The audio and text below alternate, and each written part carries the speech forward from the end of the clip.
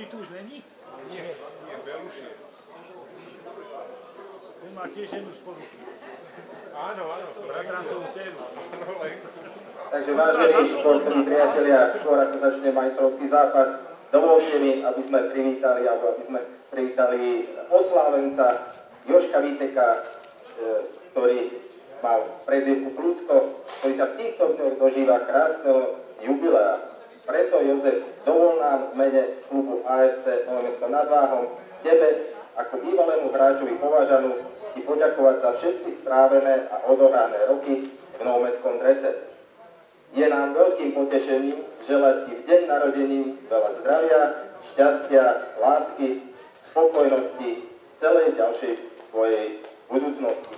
Nech každý deň je pre teba slávnostný, zdravie ti slúži ešte dlhé roky. Jožko, od roku 1960 si bol pevnou súčasťou týmu slávnej éry Považanu. I keď si počas vojenskej služby zmenil pôsobisko a hral si za Kromneží, po jej ukončení si sa opäť vrátil do Nového Mesta, kde si pokračoval v úspešnej futbalovej kariére, ktorou si spolu so svojimi úspechmi písal slávnu históriu novomestského futbalu. Aktívnu kariéru si ukončil v roku 1986. Svojou charizmou, hrou, nadšením, ale hlavne futbalovou inteligenciou si prispel v tej dobe historicky najúspešnejšiemu a najpamätnejšiemu týmu ére Považanu. Gratulujeme a ešte raz ďakujeme.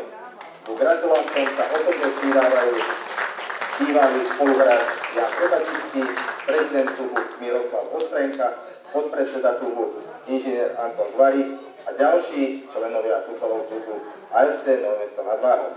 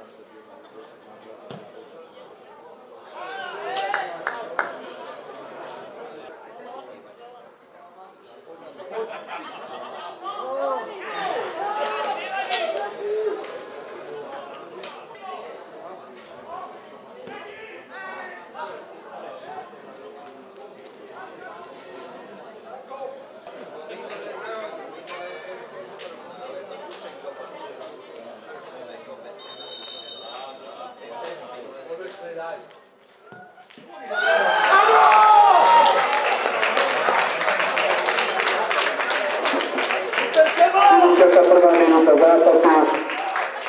Nové Mesto sa ujíma vedenia. Gól z 11-metrového kopu Lukáš Šebek.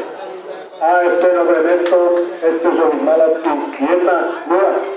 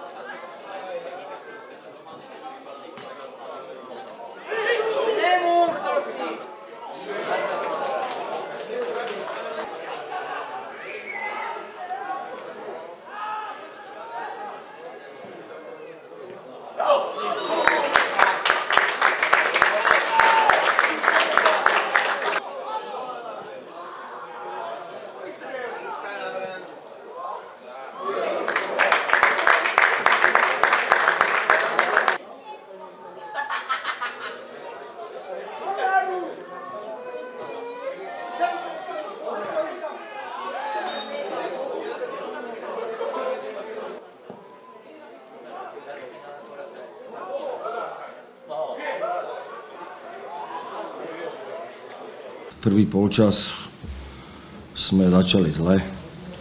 Domáci mali prevahu hernú. Vôbec sme nevychádzali z toho herného systému, ktorý sme, alebo z toho plánu, ktorý sme si dali. Bola tam strašná pasivita. Čakali sme, kedy dostaneme gól, tak mi to pripadalo, ale na druhej strane tam sme mali jednu, dve príležitosti, lopta tam skáče na súperovej bránkovej čiare, my z toho nedáme gól. Na toto trpíme, nedáme prvý gól a potom sa trápime. 1-0 polčas, trošku bolo hrmotanie v kabíne. Do druhého polčasu sme trošku nejaké veci zmenili.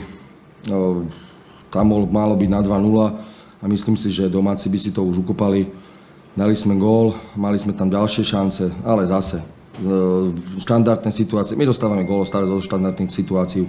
A už normálne ja si zavolám Mourinhovi alebo komu, aby mi poradil, čo mám s nimi robiť. No a potom na 2-2 už jedni chceli vyhrať, druhí chceli vyhrať. Ja si myslím, že pre divákov to bolo zaujímavé práve z tohoto hľadiska. Jeden chcel vyhrať, druhý chcel vyhrať. Krásne prostredie, veľmi príjemní ľudia. Ja si myslím, že mi bolo škoda, keby Nové Mesto vypadlo z tejto súťaže. Tak začali sme tak, ako sme si povedali v kabíne. Verili sme, že sa to už zlomí. Podarilo sa nám dať aj gól.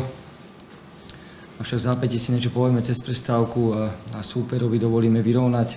Dobre sme zareagovali tým druhým gólom. A vtedy, keď sa to malo lámať a mali sme dať gól na 3-1, tak sme súpera nechali vyrovnať. Trpíme na to celú sezónu, ale verím, že už sa to zlepší a že už to pôjde. Hovorím, že tá hra už začína mať nejaké parametre a je otázka času, kedy začneme zbierať body aj my. Čau.